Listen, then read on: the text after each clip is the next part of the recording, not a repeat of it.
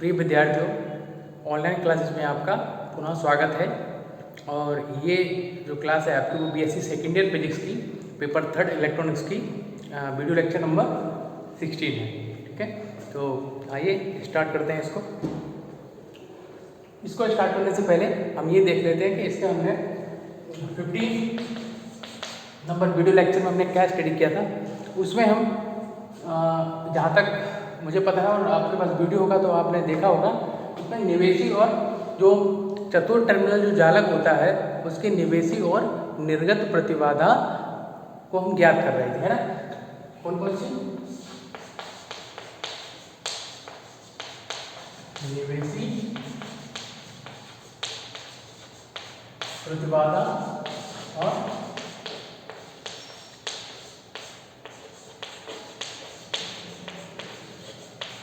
निर्गत प्रतिबाधा, है ना, किसके लिए? चतुर टर्मिनल जालक के लिए।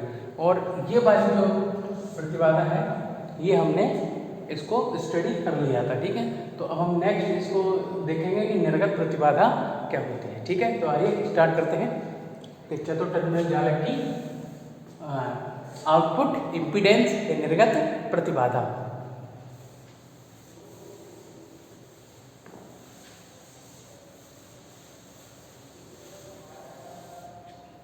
चलिए मैं हेडिंग डाल देता हूँ।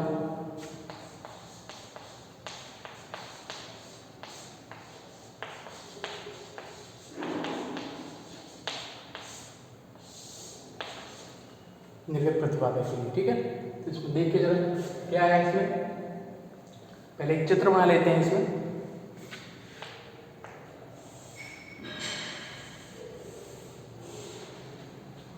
ठीक है,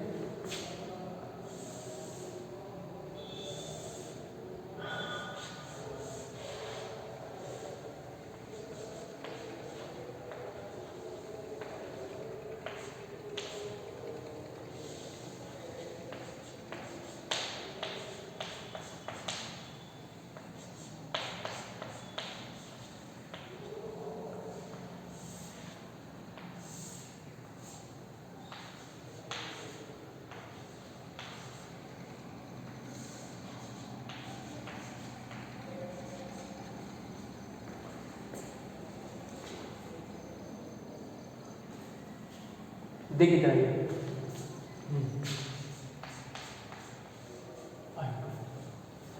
इस चित्र में देखिए क्या किया हमने कि इसके निवेशी स्वरों पर, निवेशी स्वरों कौन से हैं? ये दोनों टर्मिनल हैं। इसके निवेशी स्वरों पर एक हमने आंतरिक प्रतिबाधा ZG जोड़ दी है, आंतरिक। ठीक है, क्या जोड़ दी? ZG। अब इस वोल्टेज विभवांतर V1 के कारण इसमें प्रवाहित धारा कितनी है? IG। और इधर कितनी धारा बनी है? I1। जैसे कि उसमें था, उधर क्या था, हमने लोड प्रतिबाधा क्या जोड़ी थी? ZL।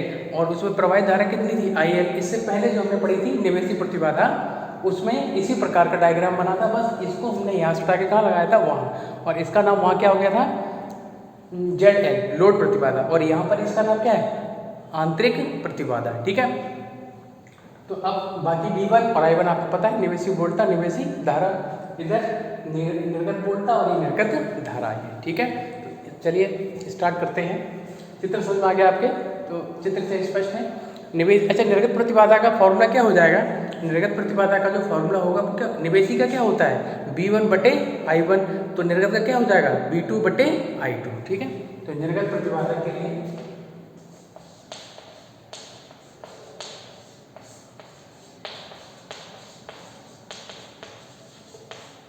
निर्गत प्रतिबाधा Z को मतलब आउटपुट इम्पीडेंस, Z को बराबर क्या आएगा आपका? V2 बटे I2। इसको हमने इक्वेशन नंबर डाल दिया फर्स्ट। ठीक है, Z बराबर क्या हो गया? V2 upon I2। अब हम जो प्रतिबाधा को किसके रूप में लेके चल रहे हैं? Z के रूप में। तो यहाँ प्राचल समीकरण किसके प्रयोग होंगे? Z प्राचल के। ठीक है, तो Z प्राचल समीकरण से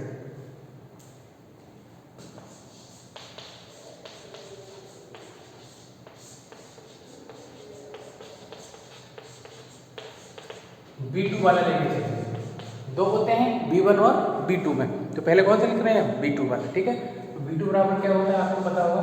Z21 I1 plus Z22 I2। ये होता है ना। इसमें हम किसका भाग देंगे? इस समीकरण में कितने का भाग दें, किसका भाग दें कि हमको Z मिल जाएगा। V2 तो है, तो किसका भाग देंगे, I2 का। तो I2 का भाग देंगे,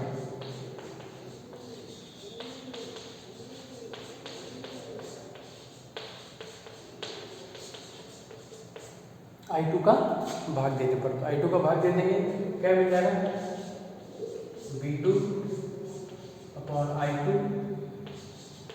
Z21 I1 upon I2 Z22, ठीक है। तो ये I2 से I2 कैंसिल हो जाएगा। अब समीकरण 1 से V2 अपॉन I2 क्या लिख सकते हैं, ZO लिख दीजिए।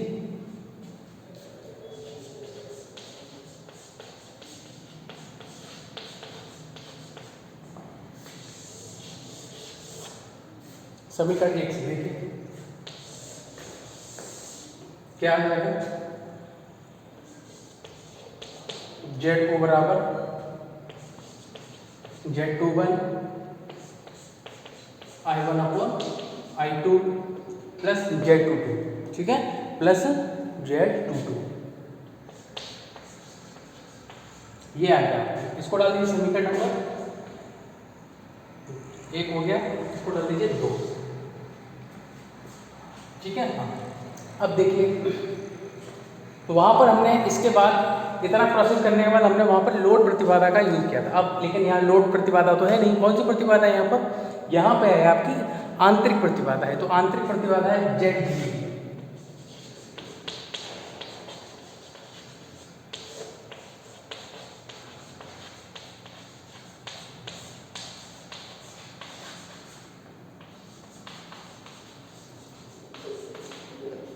आंतरिक प्रतिबाधा ZG के लिए। तो अब ये जो आंतरिक प्रतिबाधा आपकी जो ZG है, इसको देखो क्या करेंगे, प्रतिबाधा बराबर क्या होता है, वोल्टता बटे धारा। तो V1 वोल्टेज कौन सा है इसका, इस ये और ये समांतर क्रम में लगा है, तो जितना वोल्टेज यहाँ पर होगा उतना वोल्टेज क्या है, V1, ठीक है। तो V1 जितना, उसी इससे सिरों पर वोल्टेज कितना होगा, V1। तो प्रतिरोध प्रतिबाधा बराबर क्या होता है, वोल्टता बटे धारा। अब धारा अगर हम यहाँ पर, वैसे इसमें कौन सी धारा प्रवाहित हो रही है, IG, लेकिन हम इस IG के लिए IG को न लेके किसको लेंगे, I1 को। तो जब I1 को लेंगे तो किस चिन्ह के साथ लेंगे, माइनस। ये कल चीज़ मैं समझा चुका हूँ इससे पहले वीडियो लेक्चर में। क्यों, क्योंकि IG और I1 का जो दिशाएं हैं वो दोनों कैसे हैं, विपरीत विपरीत है, ठीक है। इसलिए यहाँ पर क्या आ जाएगी, माइनस चिन्ह के साथ आएगा क्या, I1, ठीक है। इसको डाल दो समीकरण नंबर 3। अब हम जेड प्राचल का दूसरा समीकरण जो V2 वाला यूज कर लिया था, अब कौन सा बचा है, V1 वाला, उसको हम यहाँ पर यूज कर लेंगे।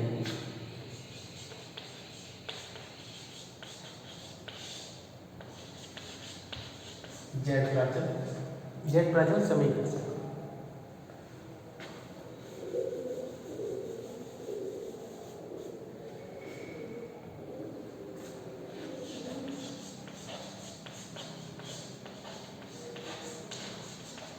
ठीक है। अब देखिए यहाँ पर हमको इसकी जरूरत पड़ेगी, तो इस समीकरण को मैं अलग लिख ले रहा हूँ, ठीक है। बाकी इनकी जरूरत नहीं है, तो इसको मैं अलग लिख रहा हूँ इधर। ZO बराबर Z21 I1 upon I2 plus Z22, और ये यहाँ पर समीकरण नंबर 2, ठीक है। तो अब इसको मैं हटा दे रहा हूँ। अब ये हमने लिख लिया, इसको हम लेके चलेंगे, ठीक है, जेड प्रचल का समीकरण, और वहाँ से I1 अपॉन I2 का हम मान निकालेंगे, और वो I1 अपॉन I2 को वैल्यू कहाँ रखेंगे, हम समीकरण 2 में रखेंगे, ठीक है। मैं इसको, आप इसको नोट करिए, क्लियर दिखाई दे रहा है, ठीक है। इसको हटा दे रहा हूँ।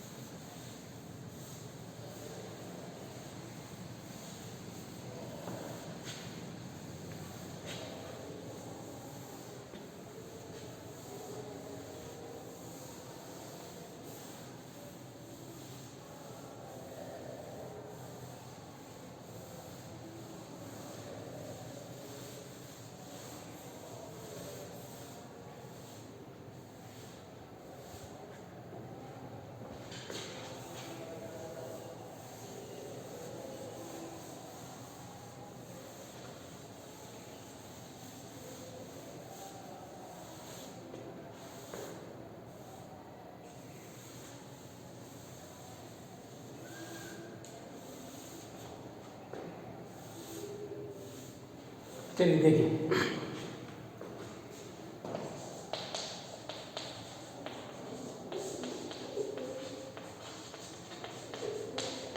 जेड प्राचल समीकरण से, तो B2 वाला जो जेड प्राचल समीकरण है उसको तुमने क्या कर लिया है, यूज कर लिया है, ठीक है। तो अब हम कौन सा यूज कर लेंगे, B1 वाला। B1 बराबर क्या होता है, B1 बराबर Z11 I1 plus Z12 I2, ठीक है, इसको हम यूज करेंगे। तो B1 बराबर देखिए क्या होता है, Z11 I1 Z12 और ये हो गया आपका I2। अब यहाँ पर जो ZG बराबर,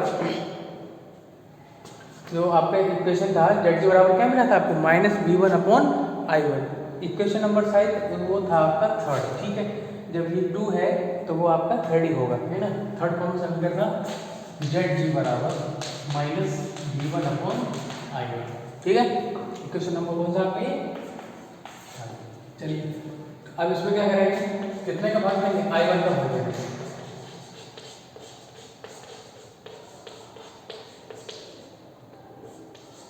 कितने का भाग देंगे इसमें, I1 का भाग देने पर, तो भाग दे दीजिए इसमें, क्या आ जाएगा, V1 बटे I1, ठीक है।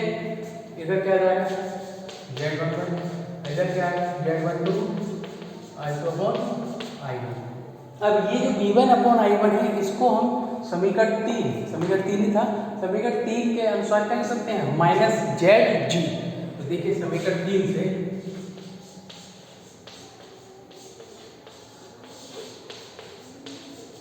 समीकरण 3 से क्या लिखेंगे,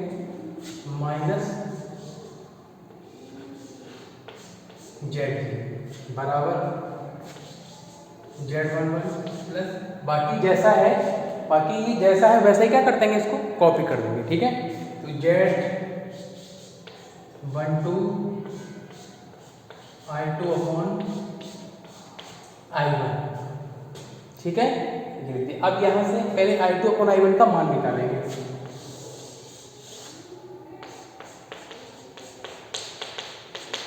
I2 अपॉन I1 का मान निकालिए, तो क्या होगा, ये भी माइनस का होगा इधर, -ZG -Z11 अपॉन में आ जाएगा आपका Z12। चेंज कर दीजिए, I1 अपॉन, यहाँ से ये वैल्यू किसकी है, I2 अपॉन I1 की, हमको वैल्यू किसकी निकालनी है, I1 अपॉन I2। चेंज कर दीजिए,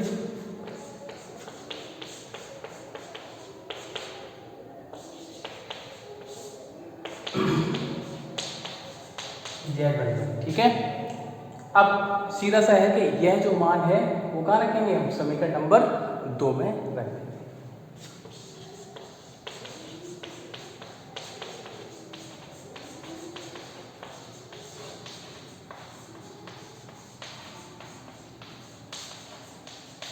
यह मान समीकरण 2 में रखने पर क्या आ जाएगा, Z4 बराबर, इसको हटा दें, उसके बाद लिखते हैं, उधर जगह कम पड़ेगी।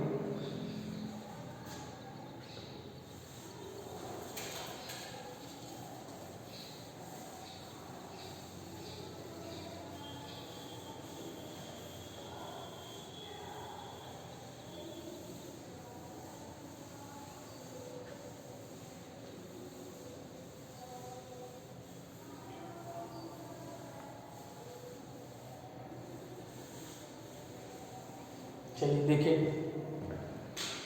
समीकरण 2 में जब मान रखेंगे तो क्या मिलेगा, Z4 बराबर, इसके बाद से आप इधर से कॉपी करेंगे, ठीक है। उधर जगह कम पड़ जाती है, इसके मैंने यहाँ पे लिखा, Z4 बराबर क्या जाएगा, Z21 और I1 अपॉन I2 वैल्यू कितनी है, देखो इसमें से माइनस कॉमन ले लेंगे, ठीक है। इसको ऐसे करते हैं, तो चलो पहले लिख लो, उसके बाद पहले एक लाइन ऐसे लिख लीजिए, उसके बाद फिर माइनस कॉमन ले लेंगे, ठीक है। क्या जाएगा, Z12 अपॉन -ZD और -Z11, ये हो गया, प्लस Z22, Z4 बराबर, अब यहाँ से माइनस कॉमन लेंगे, क्या जाएगा, Z21 Z12 ZD plus Z11, ठीक है। माइनस कॉमन लिया, माइनस कॉमन लेके ये ऊपर कर दिया माइनस, और बाकी ये दोनों क्या कर दिया प्लस करके एक ब्रैकेट में लिख दिया, और प्लस Z22। अब इसको हम पहले लिख देंगे, इसको पीछे लिख दीजिए। तो Z2 बराबर Z22 Z21 Z12 ZG Z12।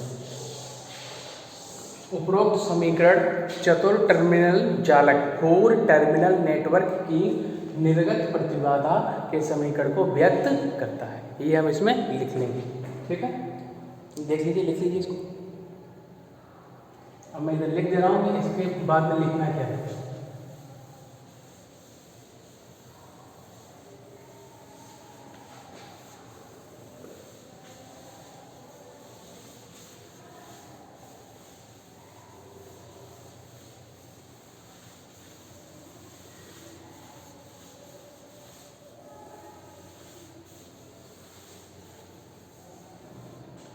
देखिए उपरोक्त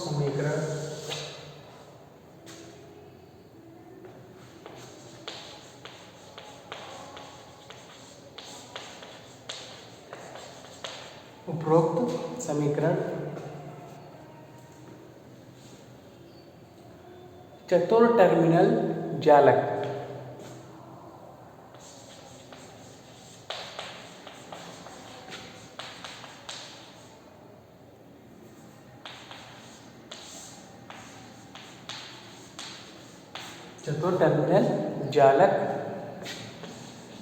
की निर्गत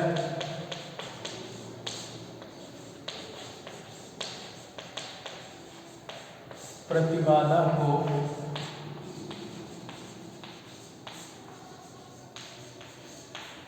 व्यक्त करता है। ये हो गई आपकी 4 टर्मिनल नेटवर्क की आउटपुट इम्पीडेंस का फॉर्मूला, ठीक है। अब मैं इसको हटा दे रहा हूँ, नोट कर लेना वीडियो पॉज करके, सारी चीज़ें क्लियर है ना, ठीक है, ओके।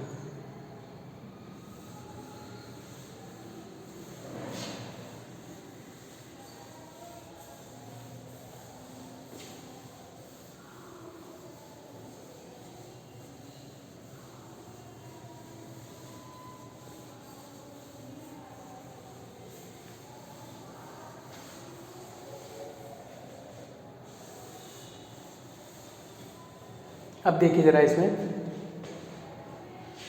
निवेशी प्रतिबाधा हमने पढ़ ली, निर्गत प्रतिबाधा पढ़ ली। एक छोटा सा टॉपिक और है, प्रतिबाधा भी संबंधित है कि आंतरिक नहीं अंतरित ट्रांसफर इम्पीडेंस, उसको और स्टडी कर लेते हैं इसमें। देखिए तीसरा पॉइंट डाल के आप इसको उसमें नोट कर सकते हैं, ठीक है। अंतरित प्रतिबाधा,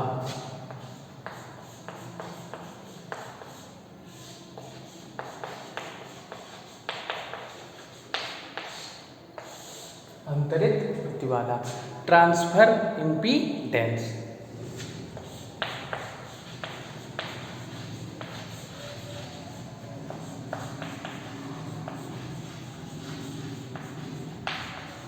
ट्रांसफर इम्पीडेंस, ठीक है।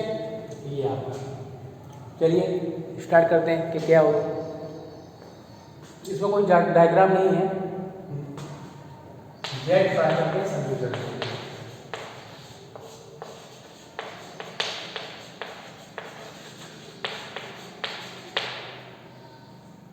देखिए इसमें इतनी समझिए कि ट्रांसफर इम्पीडेंस क्या होती है। आपको ये पता है कि प्रतिबाधा, पहले जी समझ लीजिए कि प्रतिबाधा जो है वो वोल्टता और धारा, प्रतिबाधा क्या होती है, वोल्टता और धारा का क्या होती है, अनुपात, ठीक है। तो अब यहाँ पर अंतरित यानी कौन सी अंतरित प्रतिबाधा या ट्रांसफर इम्पीडेंस की बात हो रही है। अगर मैं यूँ बोलूँ कि V1/I2, ये पढ़ चुके हो आप, ये निवेशी वोल्टता और निवेशी धारा, तो इसको हम क्या बोलेंगे, निवेशी प्रतिबाधा,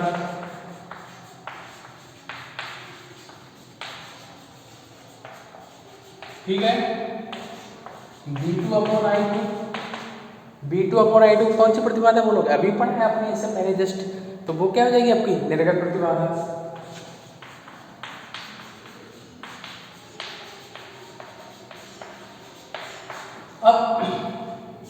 प्रतिबाधा कौन सी होगी, उसमें होता क्या है, आपने वोल्टेज तो ले लिया कौन सा, निवेशी ले लिया, चाहे कोई भी ले सकते हैं, वोल्टेज कौन सा ले लिया आपने, निवेशी।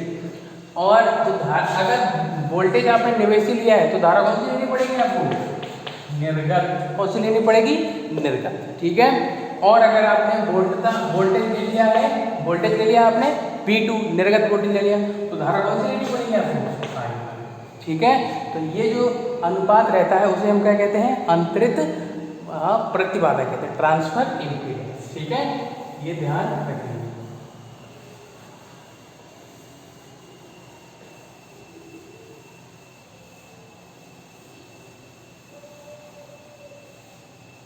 देखिए जरा, जेट प्राचल समीकरण से V1 बराबर Z11 I1 Z12 और ये हो गया आपका I2। समीकरण नंबर डाल दिया हमने इसको 1। अब वोल्टेज हमने कौन सा लिया है, V1, तो फिर धारा, कौन सी धारा का इसमें भाग लगाना पड़ेगा जिससे कि हमें क्या मिल जाए, अंतरित प्रतिबाधा मिल जाए। तो I2 को भाग लगाएंगे इसको, ठीक है, I2 का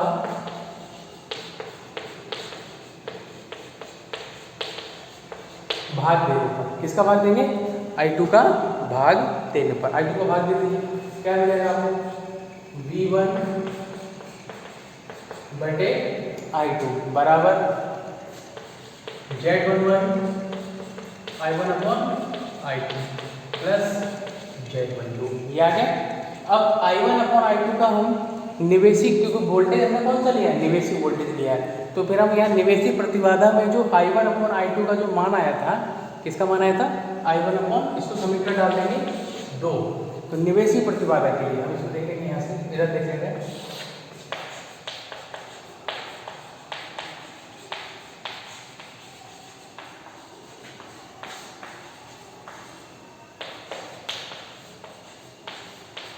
निवेशी प्रतिबाधा के लिए, ठीक है।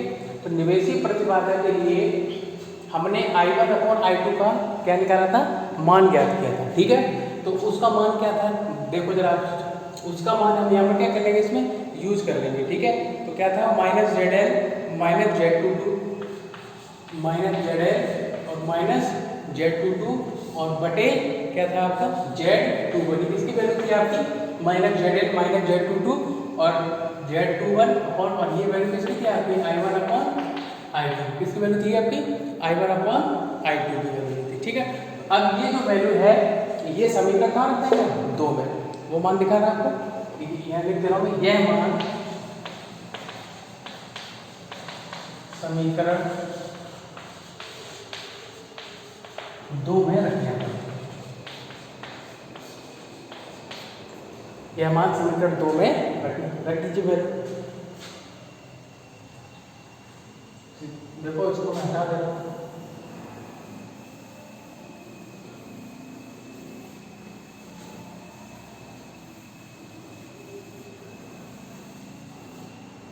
ठीक है। समीकरण 2 में रखोगे तो क्या आ जाएगा, देखिए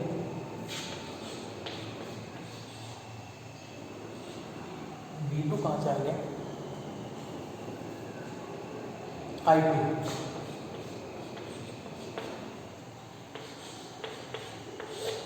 I1 अपॉन I2 की वैल्यू क्या है, माइनस ZL माइनस ZL। मेरे हिसाब से ये I2 अपॉन I1 की वैल्यू होनी चाहिए, क्योंकि I1 अपॉन I2 में ये क्या चीज होती है, ऊपर पहुंच जाती है, ठीक है, ये हो जाएगा। तो यहाँ पे देखिए क्या हो जाएगा,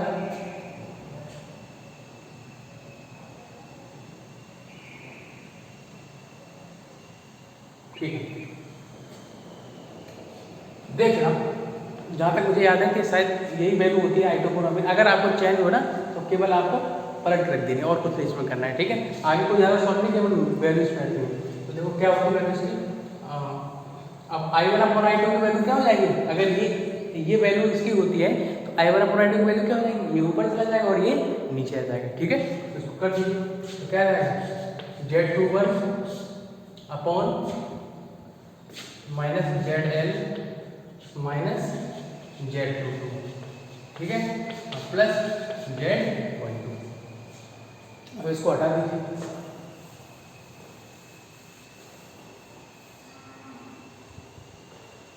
इधर भी हटा दीजिए।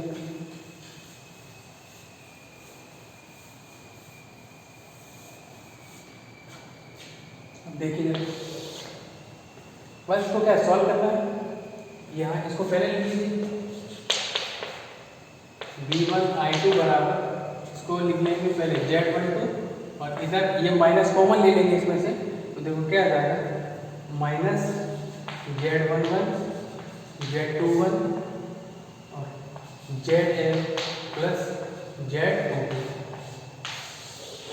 हाँ, V1/I2 को क्या लिख सकते हैं, V1/I2 क्या है, ये आपकी अंतरित प्रतिबाधा है, इसको हम ZT से लिख सकते हैं। किससे लिख सकते हैं, ZT से। तो ZT बराबर लिख लीजिए Z12 Z11 Z21 ZL और ये Z। ठीक है, ये क्या हो गया आपका, ये आ गया है आपका अंतरित प्रतिबाधा या ट्रांसफर इम्पीडेंस। ठीक है, वो थोड़ा सा देख लेना कि अगर I2/I1 की वैल्यू ऊपर नीचे होगी तो इसी के हिसाब से ये कर्व में क्या हो जाएगा, चेंज हो जाएगा और कुछ चेंज नहीं होगा। ठीक है, बाकी सारी चीज़ ये सेम है। तो ये आपका हो गया कंप्लीट। ठीक है, यानी कि आपका जो चतुर्थ टर्मिनल जालक का एक याद होगा आपको क्वेश्चन क्या था, सबसे पहले मैंने जो लिखाया था कि चतुर्थ टर्मिनल जालक से आप क्या समझते हैं, इसके प्राचल ज्ञात कीजिए तथा इन प्राचलों के मध्य परस्पर संबंध ज्ञात कीजिए। तो वो पूरा जो लॉन्ग क्वेश्चन था उसका आपको यहाँ तक पूरा लॉन्ग आंसर प्राप्त हो गया। अब इसमें से शॉर्ट क्वेश्चन भी पूछ सकता है कि हो सकता है पूछ ले आपको कि चतुर्थ टर्मिनल जालक के H प्राचल ज्ञात करके बाई तथा H प्राचल में संबंध ज्ञात कीजिए। तो एक शॉर्ट क्वेश्चन हो जाएगा, पूरा नहीं, आपको Z और बाई ज्ञात नहीं करने, केवल H ज्ञात करने और बाई ज्ञात करने, अगर बाई में संबंध ज्ञात करवा रहा है तो। ठीक है, और ये सारी चीज़ें आपके उसी लॉन्ग क्वेश्चन में हो गई। अब इनमें से चाहे छोटे क्वेश्चन बने या बड़े, आपके हम पूरा है। ठीक, तो अब नेक्स्ट जो है वीडियो में हम इसमें आपको नया टॉपिक लेके आएंगे इसको। ठीक है, और भी अगर आपको कोई डाउट हो तो आप उसमें मुझसे पूछ सकते हैं उसको। ठीक है ना, और इसको नोट्स बनाते रहिए सारी चीज़ें। ठीक है, चलिए तो नेक्स्ट वीडियो मिलते हैं।